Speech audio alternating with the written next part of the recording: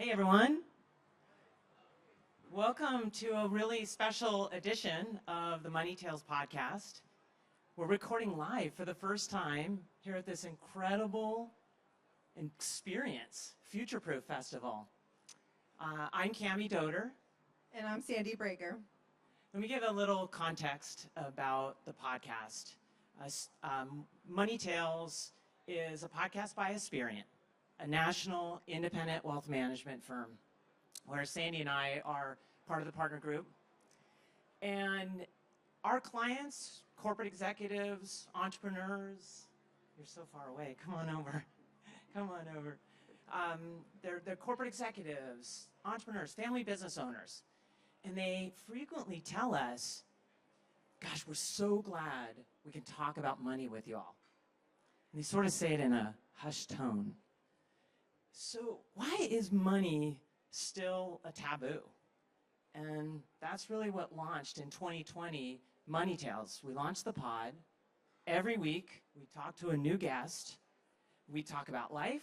We talk about money experiences. We talk about money mistakes. We normalize that. And we also show and we want to demonstrate that money can be a really fun conversation.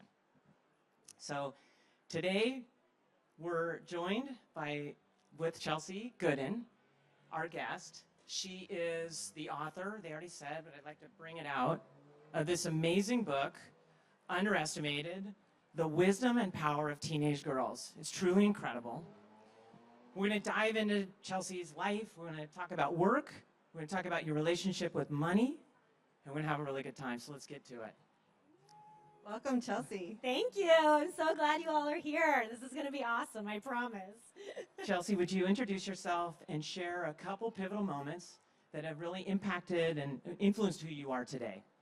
So I am Chelsey, and you're probably all wondering, like, what? Teenage girls? What does that have to do with a financial conference, right? And what I have been able to do in this book is I have spent 16 years with teenage girls, first as an academic tutor, and then I'm volunteering as a mentor, and now doing empowerment workshops on a much bigger scale. And in that time, I have had many money conversations with girls and with women, and I have been invited into those spaces where financial literacy, those conversations aren't happening at a young age. And I'm usually one of the main people the girls are sharing with me. Oh, money's such a boys' club. I don't even know how to talk about it. I don't know anything about it. It's not for me. And they see it as some distant power thing that they're not a part of and not invited into. And so what I've done with this book and what I've done in amplifying teenage girls' voices is I've made them a part of the conversation on how we could all be more empowered, right? And so how did I get to a place? You were asking about my own story here. Mm-hmm. I am the type of girl that I went to NYU and I wanted to be in entertainment, and I knocked on the director Darren Aronofsky's door at the age of 18 and was like, I want an internship. I want to work for free and work on your films. And they were like, wait, what? They never had an intern. And I ended up working and being invited into the entertainment industry in this big, big way. I moved to LA, and during that time, I get a side job of tutoring girls and teenagers. And I'm screenwriting and writing movies, and I'm optioning movies, and I'm like, I don't want to get rid of this side job, though. This is so rewarding. Like, what this time I'm spending with these girls is so incredible and so meaningful. And so really, the pie in my face moment was when the story I really needed to tell is what was happening in those one-on-one times with girls and what they were sharing with me, their struggles. And I ended up deciding to write the book, and then the book blew up, and it's done very, very well for itself, and my whole life has changed. So now I'm here, and I'm excited to talk about my own empowerment with money and why I feel equipped to even talk about these things and empower the next generation about money. Chelsey, start us off.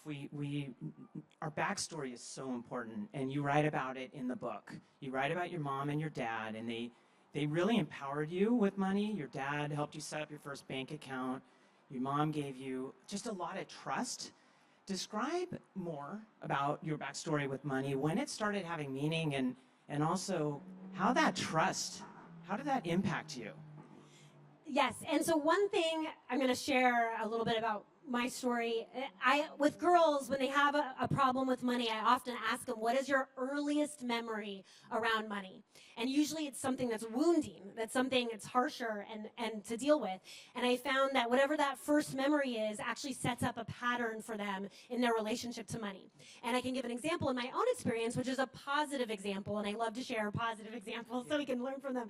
So my first experience was I started dog sitting in the neighborhood, and I was making a good amount of money, always been a little of an entrepreneur, and I started having a good income, if you will, from all the different things I was doing.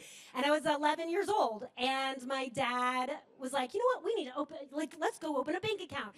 And there was this cool local bank down the street that he went on a walk with his daughter, this father-daughter walk of walking to the bank together, and we opened a savings account, and it was this super positive, fun experience with my dad where we bonded about money. And I was like, wow, I love putting money in the bank. Like, saving is so fun, right? And my dad, within a year, taught me about CDs and certificate deposits, and I had money in CDs getting higher interest rates by the age of 12 years old. And I felt so empowered and so believed in, so trusted by my dad. And what happened is a pattern of me compulsively putting money in savings accounts because that was my first relationship to it. And I ended up being a really good saver. And then my dad introduced me to the stock market at teenage years, right? And I figured out how to buy some stocks on my own and so on. And so there was a lot of these specifically with my dad. And then with my mom, she would always give me a budget of, you have $50 this month to spend on clothes, but you can do it however you want. There was a lot of agency and trust. And I took that really, really seriously and felt, again, like, hey, if they're going to teach me and trust me about money, then I'm going to take it seriously with myself, too. And I developed a lot of self-trust with it. And that informed my entire adulthood. Chelsey, I love this story of being empowered as a young person around money. Tell us, as you moved into your adulthood and were going off to college and wanted to work in Hollywood, what was your relationship with money like then, and especially as it relates to trying to get an internship that you would do without compensation? Exactly, yeah. Work for free. I didn't like that. So another, I would say, really important part of my upbringing is about service, being of service and giving back and volunteering, and that if you had more than enough, then you figure out a way to donate it or help other people with it. So I'd always had a real mentality of non-attachment, of like, if I have enough money, then I have worthiness in this world. And so because of that, I think it really opened me up to the idea of like, a lot of other potentials of working for free and hustling and like it not being about the money, of being about the bigger mission and the bigger vision of what I wanted to accomplish in the world. And so I took a leave of absence from NYU and worked on a film set for a semester, and I convinced my parents to pay for my room and board on that film set in Montreal as if it was my tuition to college, because I had already tested out of a year of college to save money. And I was like, so this is a different type of tuition, I was like, is learning on-set experience. And so I was always trying to figure out a way to have money kind of serve my bigger purpose and mission rather than it being the end goal of what I was trying to do. And I would say because of that, I got myself in a lot of rooms that was a little more inventive, right? I was much more inventive about how I got into those rooms and on that set and so on. And I was very thrifty, too. I was thrifty for many, many years. I have been so thrifty, and it only hasn't been until the last few years that I've actually done really, really well. And now it's been so, so fun being able to take that and donate it and be of service with that money and like continue this cycle of how do I give back. And tell us more about that, Chelsey, because it sounds like there is a shift. You're focusing on saving and living a scrappy lifestyle. Now there's more cash coming in the door. Giving is important to you. How would you describe your relationship with money today, and how do you make decisions about what to do with your money? Well, first of all, in terms of me being professionally a success, I would say investing money into myself, into my own education, into my own skill development, whether it's in writing or speaking, or there's been so many different moments. My social media blew up and I didn't know how to handle it, so I hired a social media manager, like all these different little things that I could have kind of I've been like, oh, well, spending money on a social media manager, that seems silly. And now it's like, no, I'm investing in myself. I'm investing in my platform and investing in my voice in the world, right? And so there's definitely been a shift of like, I am worthy of a considerable amount of financial investment in my own career trajectory. And now I have a certain amount of privilege and access that all these causes that I've cared about, girls empowerment, it's endless how many different nonprofits I have been supporting for so many years that I can now donate larger sums, or I can donate my time and speak at their fundraising event, or I can amplify their platform on my larger platform, and I can bring awareness to the good work that they're doing in this world. And so I've been trying to see how it's not even just money of donating, it's like how can you give back in all parts of your privilege and access that you have in this world.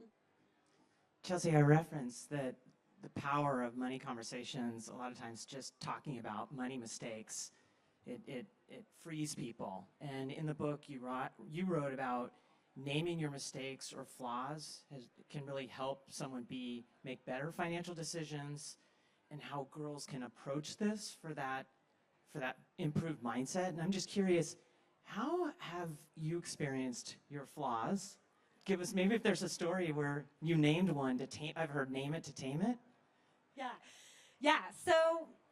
I'm all about this zone where we actually embrace our mistakes and our flaws, because I feel the pressure on women in particular to be perfect and to be likable, and people-pleasing and perfectionism are two of the most hardcore things I have seen show up, not only as girls, teenage girls, and carries into adulthood for women, but it holds us back. It holds us back because we're trying to make sure everyone's happy and doing okay, and we aren't tapping in with what are my needs, what would help me right now, how can I speak up in this moment. So in terms of flaws, I'm actually going to say that perfectionism, I always call myself a recovering perfectionist, because when I was too attached to the way I thought it should be, what it should look like, how I should act, it actually held me back from a lot of potentials and a lot of freedom, in all fairness, of who I am.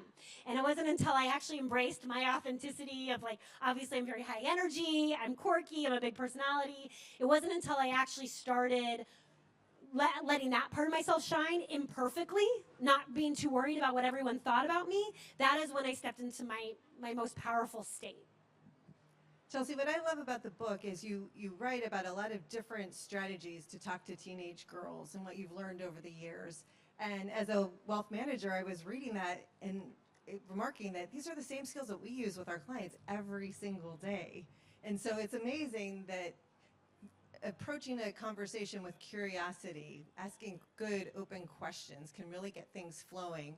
I'm curious, can you tell us what the conversations about money with these teenage girls has been like for you? Yeah, and Sandy's highlighting something that's so important, because I feel like the tools that I have learned in connecting with teenage girls and having them open up are the exact same tools that you can use with anyone in your life to help them feel seen and heard and understood and valued. And it's exactly like you said, like that non-judgmental, truly just curiosity of trying to seek to understand them first, right? That's so right. when I'm talking to a girl, I always listen without judgment. That is always the first step. And it's not just a teenage girl. With anyone, it could be a client, it could be a husband, it could be anyone.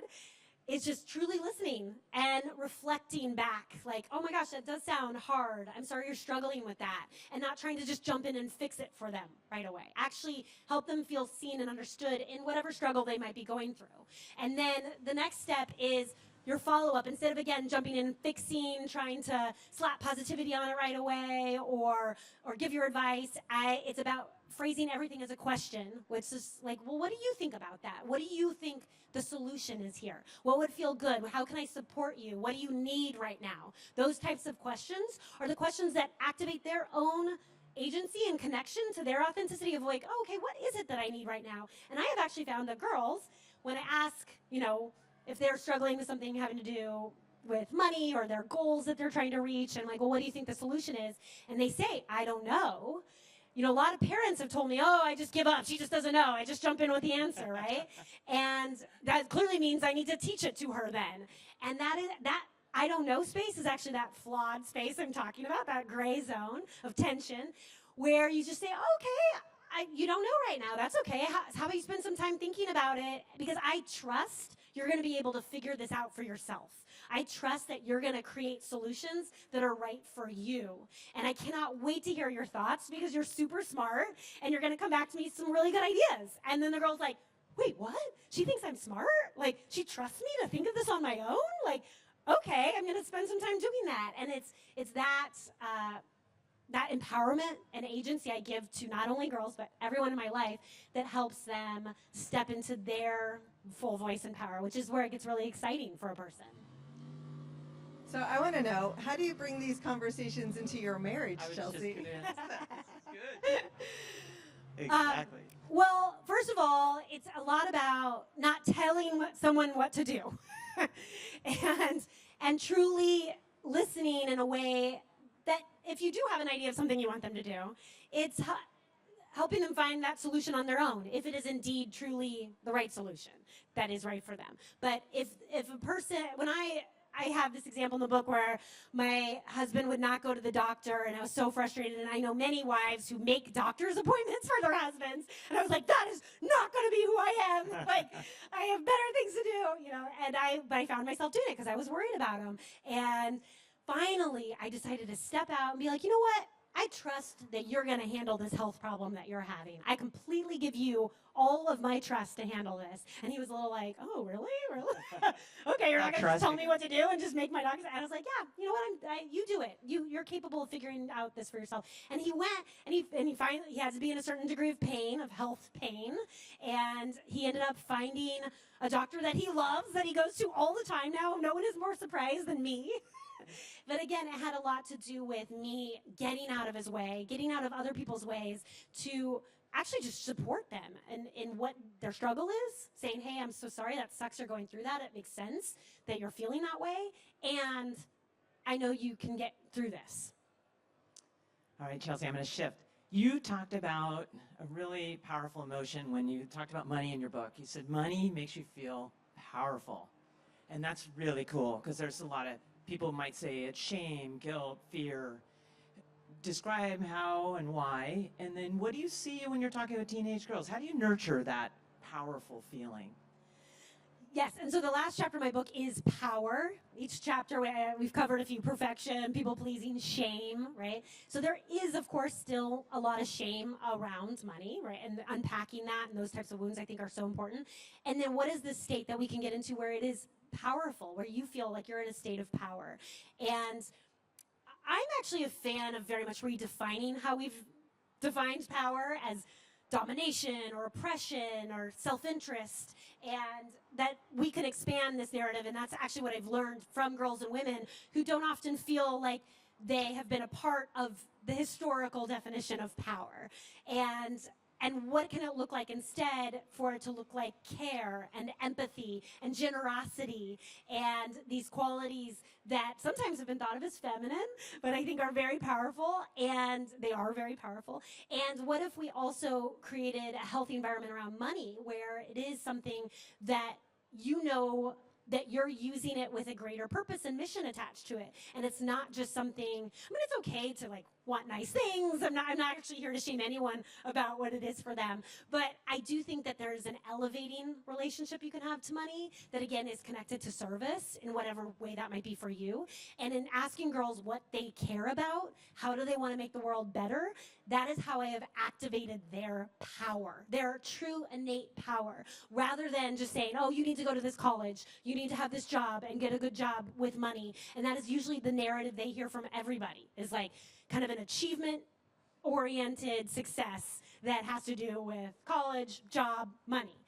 And instead, when I ask a girl what she cares about, and oh my gosh, I had one girl create a fundraising event where she raised $40,000 and built a school in El Salvador that now has her name on it. Single-handedly, she did this. That's fantastic. Yeah, and she did it because it started because she was bad at math, in math class, and she hated herself for it. And I was like, you know what, who cares if you're bad at math? Right here, I'm saying that at a financial conference, right? No, this is a real thing. Like, Yeah. keep going. Yeah, the people have all the money time. wounds. I call it their math trauma, of like that math teacher in elementary school that made you feel bad about yourself.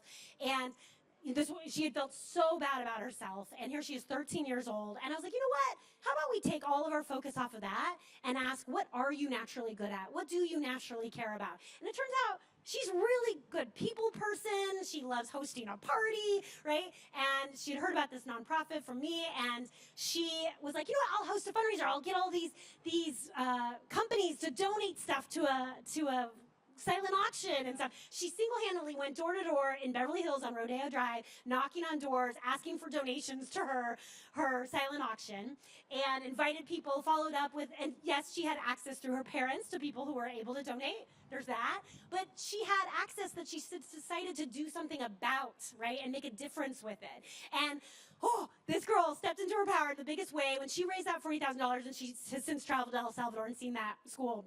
And she changed. She completely became a different person. It no longer mattered that she was bad at math. That was no longer a part of her story. Instead, she was the girl that could do anything. And we're always trying to figure out confidence, right? And how can we make girls more confident? How can we be more confident? And actually just her connecting to what she cared about and making a difference in the world is what did that so naturally. And she's older now, and she is still making the world a better place. Oh, that's such a great story. And it's so exciting. It reminds me a lot of the work that we're doing with clients, right? Really understanding who they are, what's most important to them, what's their values, what's the purpose of their lives, of their wealth, and how can they make everything align. And that does lead to power. I'm curious, Chelsey, as you look back on your life so far, when have you felt the most powerful? Such a good question. Especially when it comes to money. Oh my goodness. So recently, I would say I felt really powerful recently, and I just did a huge empowerment event for 75 girls, partnered with Hello Sunshine, Reese Witherspoon's company, and with Invisalign, the brand. It was this huge brand partnership I did with them, where I created programming and led an entire day of empowerment programming for these 75 teenage girls. And I got to myself figure out what would actually help them, right? What activities should we actually do? And not only was I powerful in that I was, being well supported by major brands, I had the resources, the event was beautiful, but the girls themselves had these major breakthroughs throughout the day, coming up, hugging me, crying, saying how life-changing this is for them, how much no one ever taught them these things. And, we covered topics like the inner critic in your voice, right? The voice. When I say to a teenage girl, what's the voice inside your head? She immediately often says, oh, you mean the voice that tells me I'm bad and I should doubt myself and that, yeah, and I was like, yes, that voice, I'm talking about that one, right? The one that criticizes you inside your head. And girls were like, wait, we all have this mean voice? And I'm like, yes, we all have it. And this is here are some tools on how to deal with it and figure out what your authentic voice is. And I'm teaching young girls this, right? And a lot of people underestimate our ability at a young age to have these types of conversations. And they were so into it. The rest of the day, they're referencing well, I'm not going to listen to the mean voice anymore because now I know I can do it all by myself, And it was so wonderful to see. I felt powerful. That's the question, right? I felt powerful because I was able to pass along what had helped me so much to the next generation so that they wouldn't maybe have the same story I had. They would be better off than I did. And they would have a ripple effect that, we're changing the world altogether. Chelsey, your book you mentioned, it's blown up. I think it surprised you. Did it surprise you? Well, the Oprah's book club ended up endorsing it, so that was pretty big. Yeah, and Richard Branson posted about it. I mean, it's amazing. So tell us, has anything in you shifted with your relationship with money as you think about how you promote your brand, how you relate to this growth and this sort of attention and success? Yeah, I had to up level really fast in that I got an outreach from a lot of strangers around the country in a way that I wasn't fully prepared for, of people wanting my time and attention and so on, and then realizing that I had the power of no also. And before I've always been a real yeah, I'll do that sounds fun, let's do that, and now I have to understand that my energy and time is only so much, which I'm sure anyone here, especially a parent, can understand your time and energy is only so much. And so I like to think of my time and energy as money and how I spend it on a given day, and I'm really intentional about it. So if I'm going to even hang out with a friend, there's intention behind it. If I'm going to participate in an event, there's intention behind it. It is not me just, being like, yeah, oh my gosh. I mean, I've had pretty big opportunities that I said no to just because they weren't aligned with my values, and really making sure I understood what my values are in this time where I've been given more power. Chelsey, this has been a fun money conversation. We're so glad that you're here with us today. Tell us, what's your next money conversation going to be, and who's it going to be with? So I'm going to France for the month of October, and I would say this is the first time that I've really decided that we're going to go to the Michelin-starred restaurants, you know, because we're going to pay for that, and we're going to do it, like we're actually going to make a conscious choice to be really fun about it. Because again, as much as I am of service and donate, like there's beauty in enjoying life and having fun and creating community and time with the people that you love. And so my husband, we're going with his family too, and I'm going to make sure that we, you know, when will I be back next? I don't know. So I'm going to do the thing you're supposed to do and enjoy it and live your best life and what that looks like for me and for anyone else who so chooses their path. Good for you. Chelsey, before we let you go, where's the best place for people to find you?